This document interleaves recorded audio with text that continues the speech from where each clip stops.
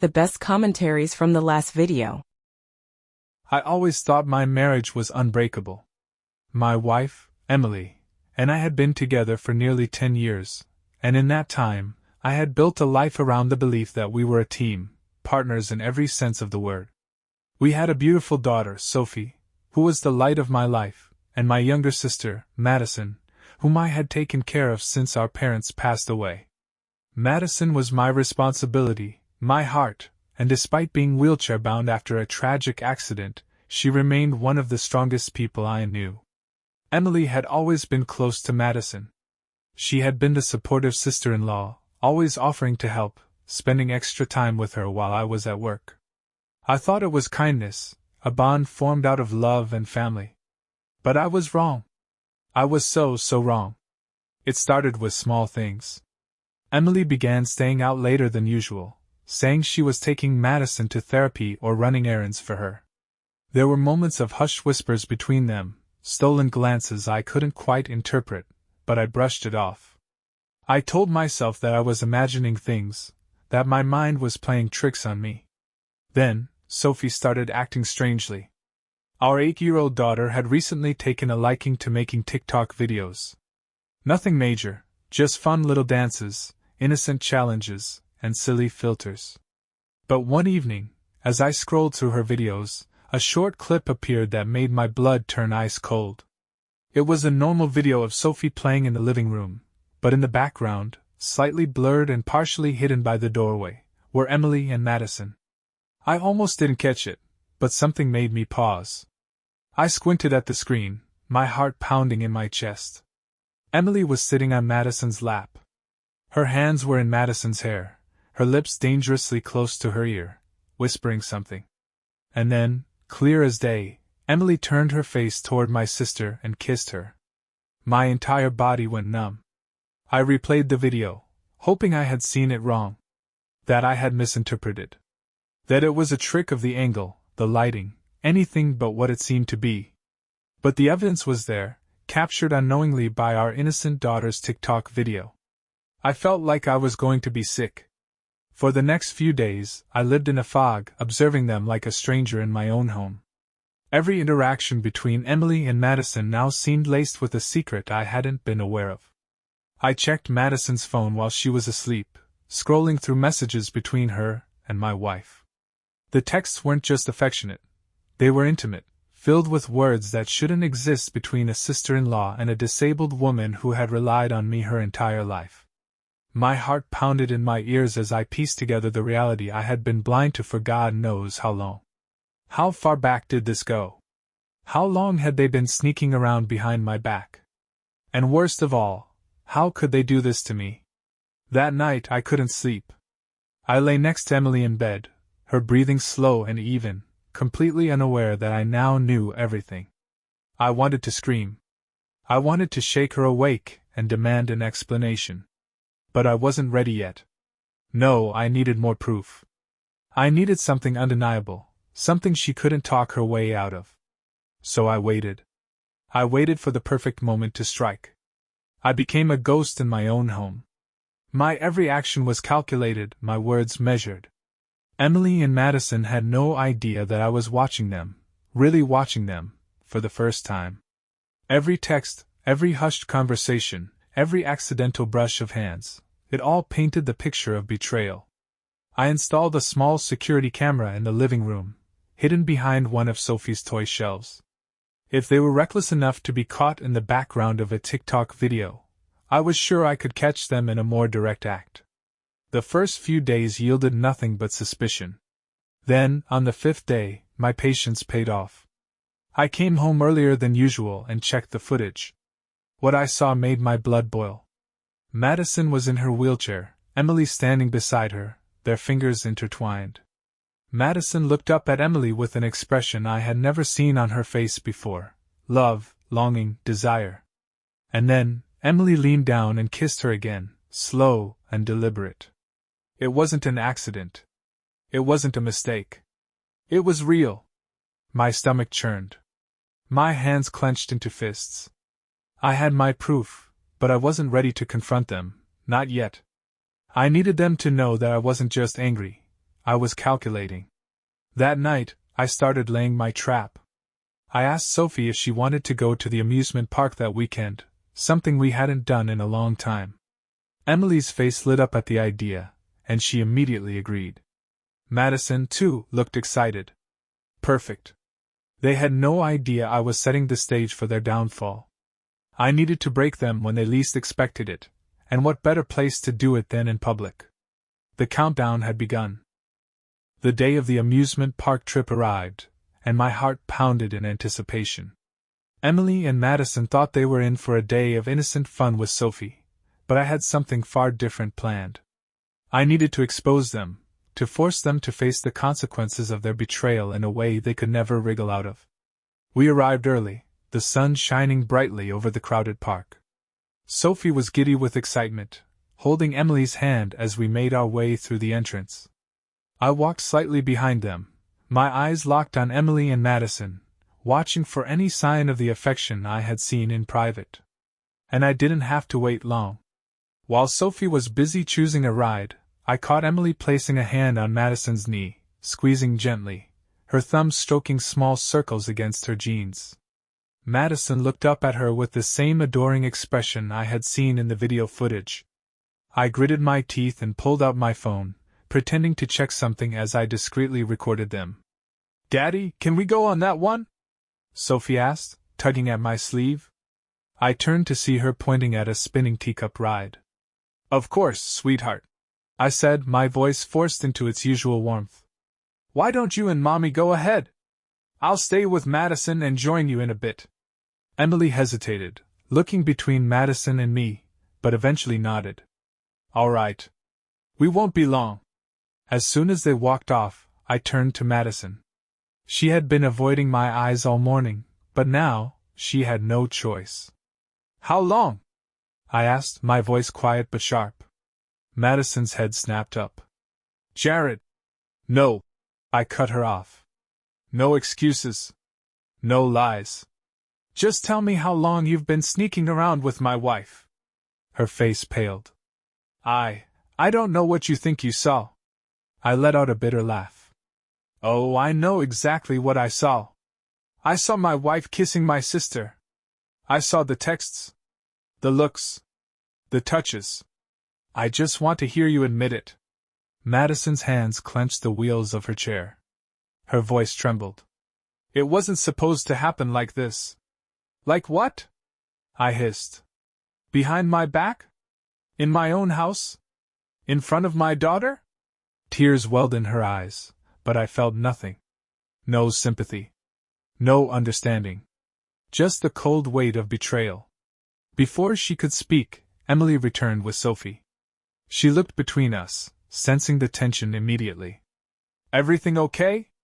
I turned to her, my expression blank. "Yeah. Just having a little chat with Madison." Emily frowned, but before she could press further, Sophie pulled at her hand. "Mommy, let's go on the Ferris wheel next." Emily forced a smile. "Of course, baby." But I wasn't done. "I'll meet you there," I said. "I just need to check something first." Emily hesitated. "Jared, are you sure?" I said. "Go ahead." I interrupted, my voice firm. She nodded slowly, clearly uneasy but unwilling to cause a scene in front of Sophie. As they walked off, I turned back to Madison. "You don't get to keep hiding," I said. "By the time today is over, everyone will know exactly what you've done." Her eyes widened. "Jared, please." I shook my head. "Enjoy the rest of the day, Madison. It's the last one where you get to pretend everything is fine." With that, I walked away, leaving her frozen in place, knowing full well that the end of their lives was coming faster than they ever expected. The day stretched on, filled with forced laughter and moments that felt like they belonged to someone else's life. I played along, wearing a mask of normalcy, but beneath the surface, every second was a countdown to the inevitable. The Ferris wheel loomed ahead, towering over the amusement park like an omen. Emily and Sophie walked hand in hand toward it, with Madison rolling alongside them. I followed closely, my pulse quickening. This was it. The moment I had been waiting for. "Daddy, will you come with us?" Sophie's bright voice snapped me out of my thoughts. I forced a smile. Not this time, sweetheart. You and Mommy go ahead. I'll be right here. Emily's brows knitted together. She could sense something was off, but before she could say anything, the ride attendant ushered them forward. As they climbed into the carriage, I pulled my phone from my pocket, opening Sophie's TikTok account. I had uploaded the damning video privately, waiting for the right moment. My thumb hovered over the post button. I took a deep breath and pressed it. Within seconds it was live. A wave of notifications hit my phone immediately.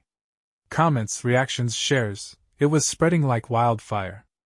I watched as strangers dissected the betrayal in real time, exposing the ugly truth that had been hiding behind closed doors. My heart pounded as I imagined Emily's phone vibrating inside the Ferris wheel cabin, her eyes widening in horror as she saw what I had done. The ride came to a slow stop, and I saw Emily pulling out her phone. The moment she saw the video, her face drained of color. Madison, too, looked at her phone, her hands trembling as she read the incoming messages. Emily's eyes shot up, locking onto mine from the carriage. Even from a distance, I saw the desperation, the silent plea for an explanation. But there was none to give. This was my justice. This was their reckoning. The second they stepped off the ride, Emily rushed toward me, her phone gripped tightly in her hand. "Jared, what the hell did you do?"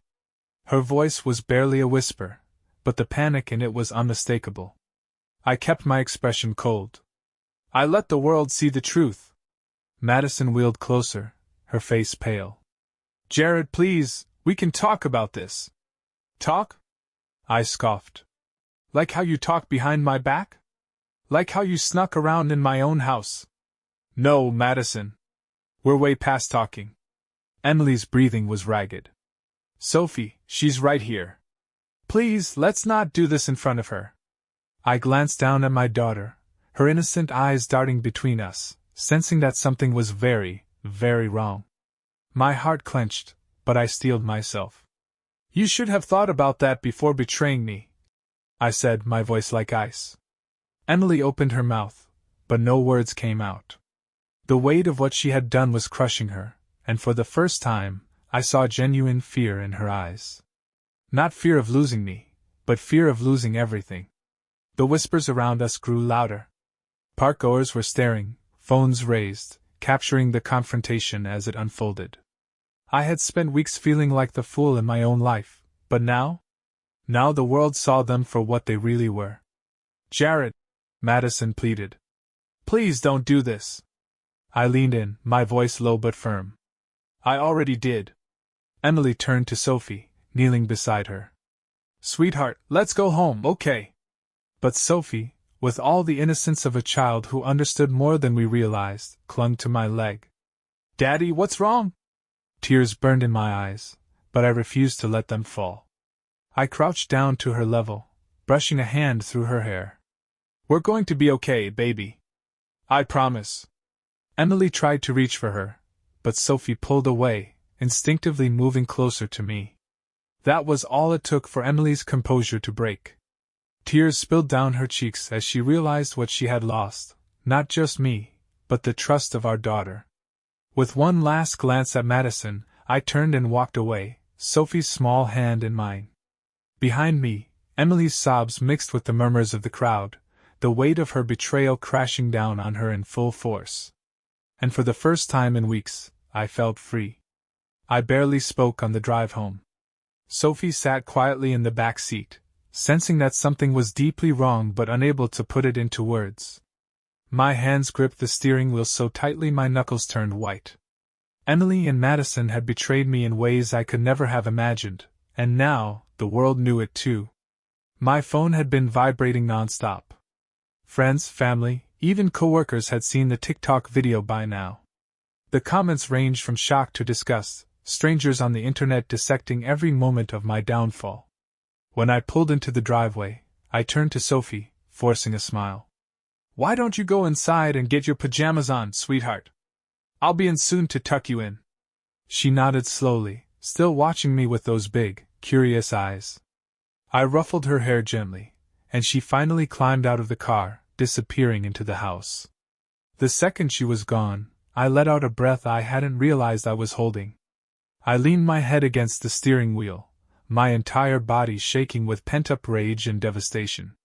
How had it come to this? How had I been so blind? A sharp knock on my window jolted me out of my thoughts. I turned to see Emily standing there, her face streaked with tears, desperation written all over her features. Reluctantly, I rolled down the window. "Jared, please," she whispered, her voice raw. "Can we talk?" I stared at her for a long moment before finally exhaling and pushing the door open. I stepped out, shutting it behind me. "Talk? Now you want to talk?" Her bottom lip trembled. "I don't," I snapped, my voice sharper than I intended. "Don't insult me by pretending you have an explanation that makes any of this okay." Emily reached for my hand, but I pulled away as if burned. "Jared, it wasn't." "Don't lie." I cut her off, my voice deadly calm. "Not anymore." She swallowed hard, looking down at the ground. "I never meant to hurt you." I let out a bitter laugh. "And yet you did. You didn't just betray me, Emily. You shattered everything. Our marriage. Our family. You even dragged Sophie into this mess." Tears welled in her eyes again. "I love you." I shook my head. "No. You don't. If you did, you never would have done this." For a moment, she was silent, then she whispered, "What happens now?" I ran a hand through my hair, exhaustion settling over me like a heavy weight. "You leave," I said simply. "Pack your things and go." "I don't care where, but you're not staying here." She gasped, her eyes widening. "Jared, no. Please don't do this. We can fix this." I met her gaze, and for the first time, I felt nothing but emptiness. "There's nothing left to fix." Emily sobbed, covering her mouth with her hands, but I didn't waver. I had given her my heart, my trust, and she had thrown it away. There was no coming back from that. Turning on my heel, I walked into the house, leaving her standing there in the cold. Inside, Sophie was waiting at the top of the stairs, clutching her stuffed rabbit to her chest. "Daddy?" she asked softly. "Is Mommy leaving?" My throat tightened, but I nodded. "Yeah, baby. She is." She frowned. "Why?" I hesitated before kneeling in front of her, brushing a stray curl from her face. "Because sometimes people make choices that hurt others," I said carefully. "And when that happens, we have to make choices too." She considered that for a moment before stepping forward and wrapping her arms around my neck. "I love you, Daddy." Tears pricked my eyes, but I held her close. "I love you too, sweetheart. More than anything." And as I carried her to bed that night, I knew one thing for certain: this wasn't the end. It was just the beginning of something new. The silence in the house was deafening. For the first time in years, there was no Emily, no whispers of deception hiding in the corners. It was just me and Sophie, two people trying to navigate the wreckage left behind. Emily had packed her things the next morning. She barely spoke, just moved around the house like a ghost collecting remnants of a life she had shattered. I didn't say anything either. What was there left to say? Sophie had stayed curled up in her room, refusing to come out while Emily loaded her car. I didn't force her. She had a right to her emotions, just like I had a right to mine. And right now, all I felt was exhaustion. When Emily finally turned to me at the door, her face was streaked with tears. "I'll still be here for Sophie," she whispered, as if that would change anything. I nodded stiffly. "You should go." And with that, she left. The days that followed were a blur. I threw myself into work, trying to drown out the noise of my own thoughts. But it was impossible to ignore the way Sophie had changed. She wasn't the same bubbly, talkative little girl. She was quiet, distant, watching me carefully as if afraid I might disappear next. One evening, as I sat on the couch scrolling through emails, she climbed onto the seat beside me, clutching her stuffed rabbit. "Daddy?" I looked at her, setting my phone down. "Yeah, sweetheart? Are we gonna be okay?" she asked in a small voice. I swallowed the lump in my throat and pulled her close. Of course we are, baby. It's just you and me now. And we're gonna be just fine. She nodded, pressing her face into my shoulder. I miss how things used to be. I sighed, stroking her hair. I know, sweetheart. But sometimes things change, even when we don't want them to. She was quiet for a moment before asking, "Do you still love Mommy?" That question hit harder than I expected. I thought about all the years we had shared, all the memories I had once cherished. I thought about the laughter, the love, the trust, before it had all been poisoned. I don't know, I admitted honestly. But I do know that I love you more than anything. She nodded as if that was enough. And maybe, for now, it was. Over the next few weeks, I focused on making our house a home again. I got rid of anything that reminded me of Emily, photos, clothes, even the damn coffee mug she always used. I redecorated Sophie's room with her, letting her pick out new colors and bedding. We made a new routine, just the two of us. But the world wasn't done with Emily's betrayal. The TikTok video had gone viral in ways I hadn't expected. Strangers flooded my inbox with support, others with their own stories of betrayal. It was surreal, knowing that millions of people knew what had happened in my home. One afternoon, I got a call from an unknown number. Against my better judgment, I answered. "Jared." Madison's voice came through the receiver, hesitant.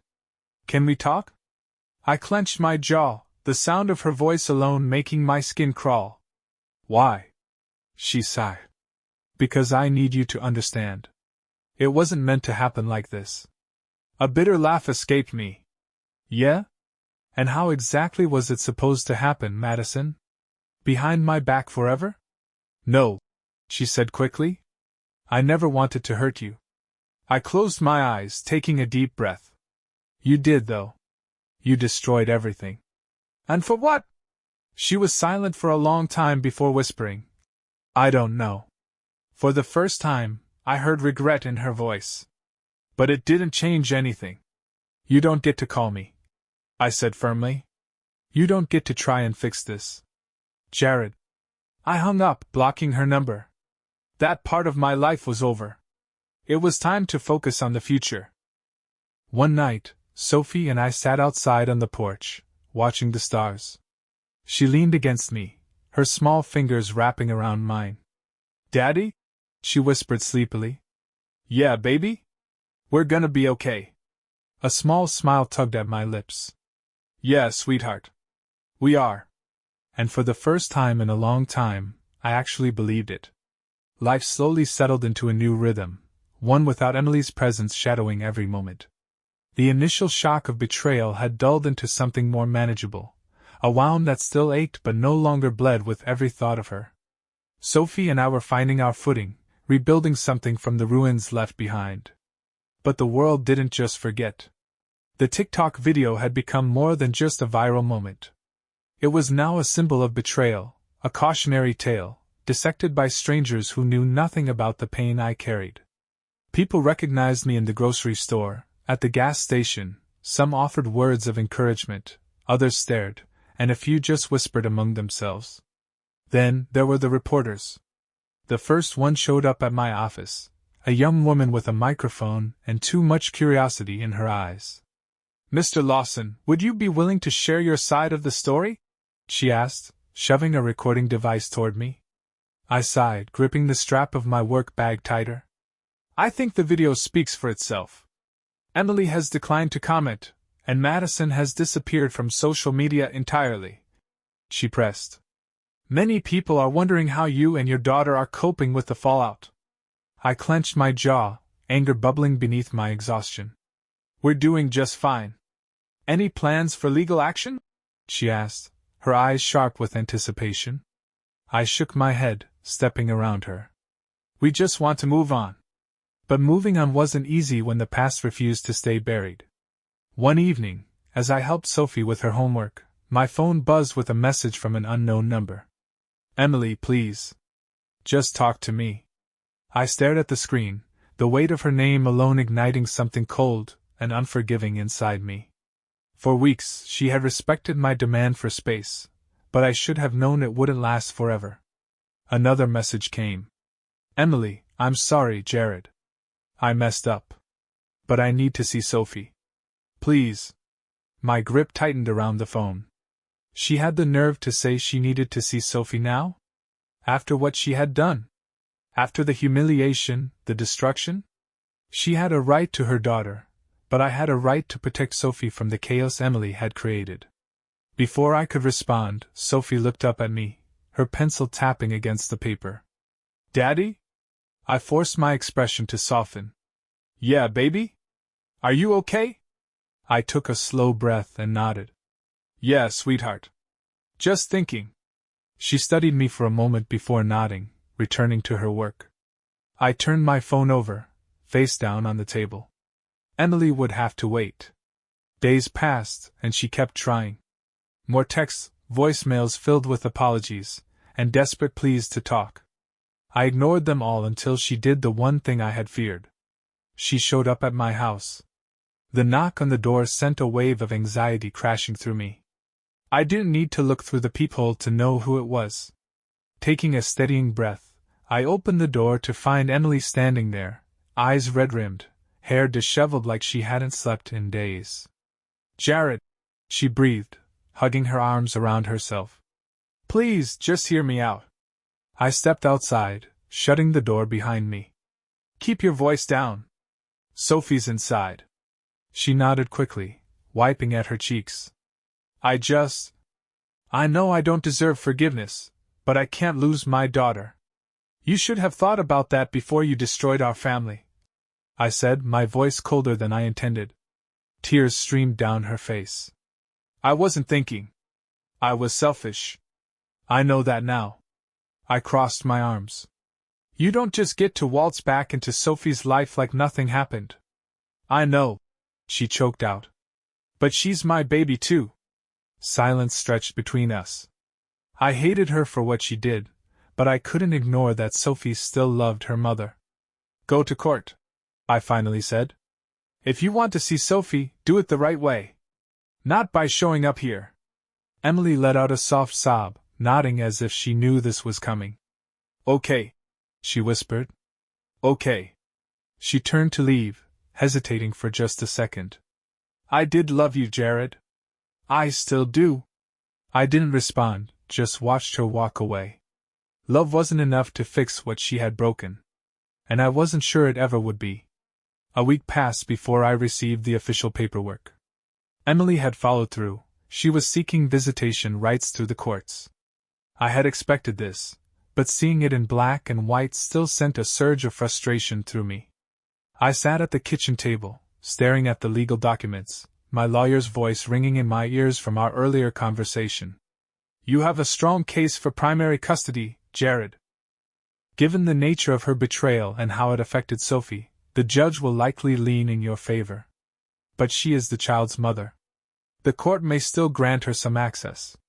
That was the part that unsettled me the most. Sophie had already begun to heal. She was smiling more, laughing at cartoons, and no longer looking over her shoulder like she was afraid the ground beneath her might collapse again. Would allowing Emily back into her life undo all of that? The first hearing came faster than I expected. Emily sat across from me in the courtroom, looking more put together than when she had shown up at my doorstep. But I saw the cracks, her trembling fingers, the way she kept glancing my way as if searching for something, maybe forgiveness. She wouldn't find it.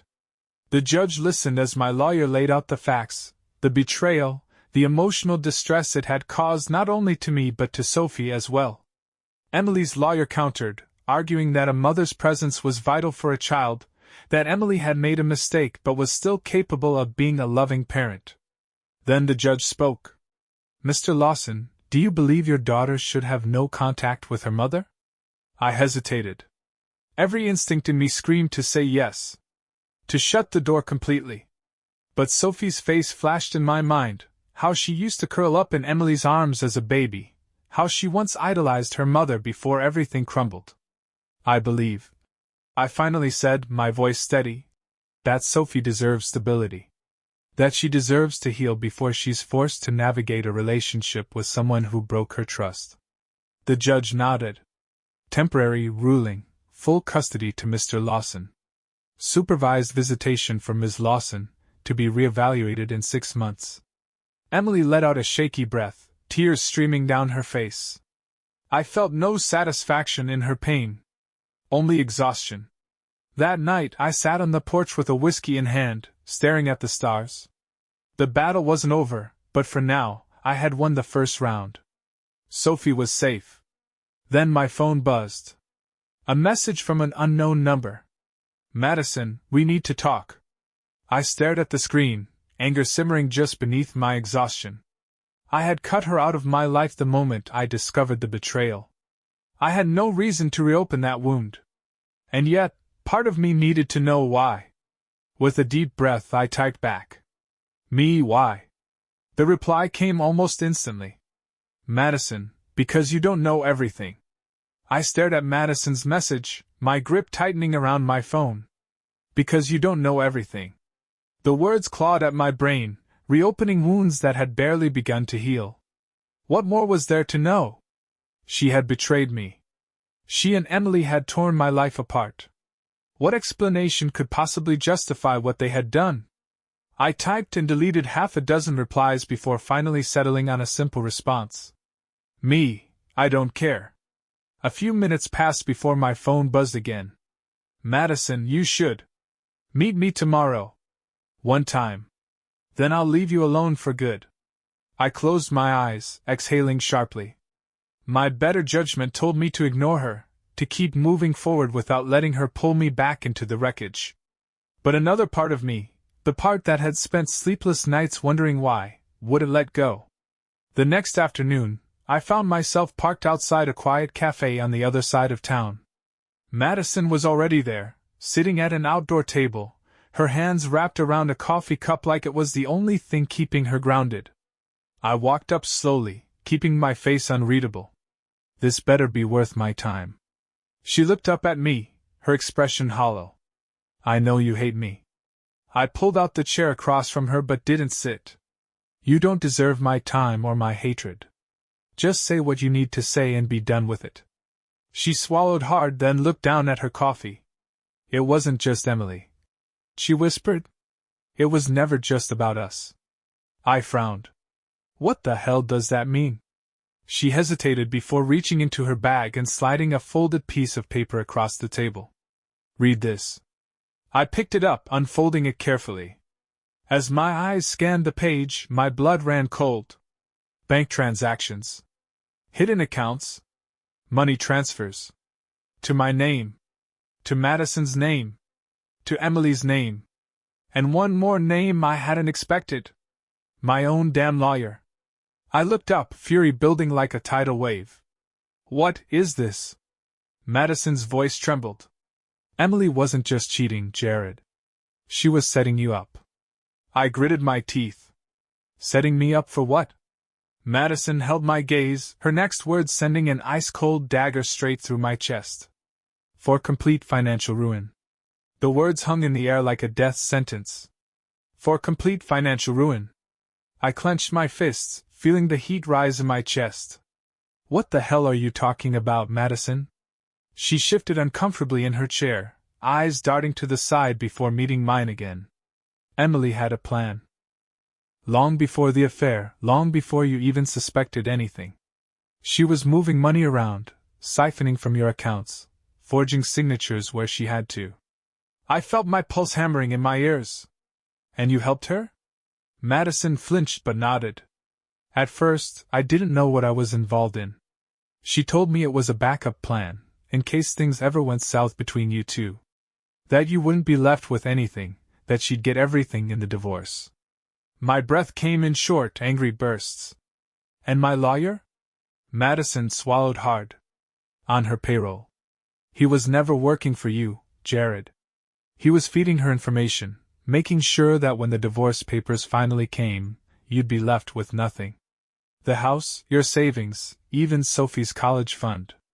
Everything would be in her hands. A cold realization settled over me. All this time, I thought Emily's worst crime was cheating. I had no idea she was planning to destroy me completely. Madison pushed the file closer to me. I got this after she found out I was talking to you. She cut me off, Jared. She knows I'm telling you this. I grabbed the file, flipping through the damning evidence. Wire transfers, manipulated legal documents, even a fake business account where Emily had been stashing my money. I stood up abruptly, my chair scraping against the pavement. She thinks she's going to get away with this. Madison shook her head. No. She thinks she already has. I stuffed the file into my jacket and turned to leave. I had wasted enough time feeling sorry for myself. Now it was time to fight. Emily had made one critical mistake. She underestimated me.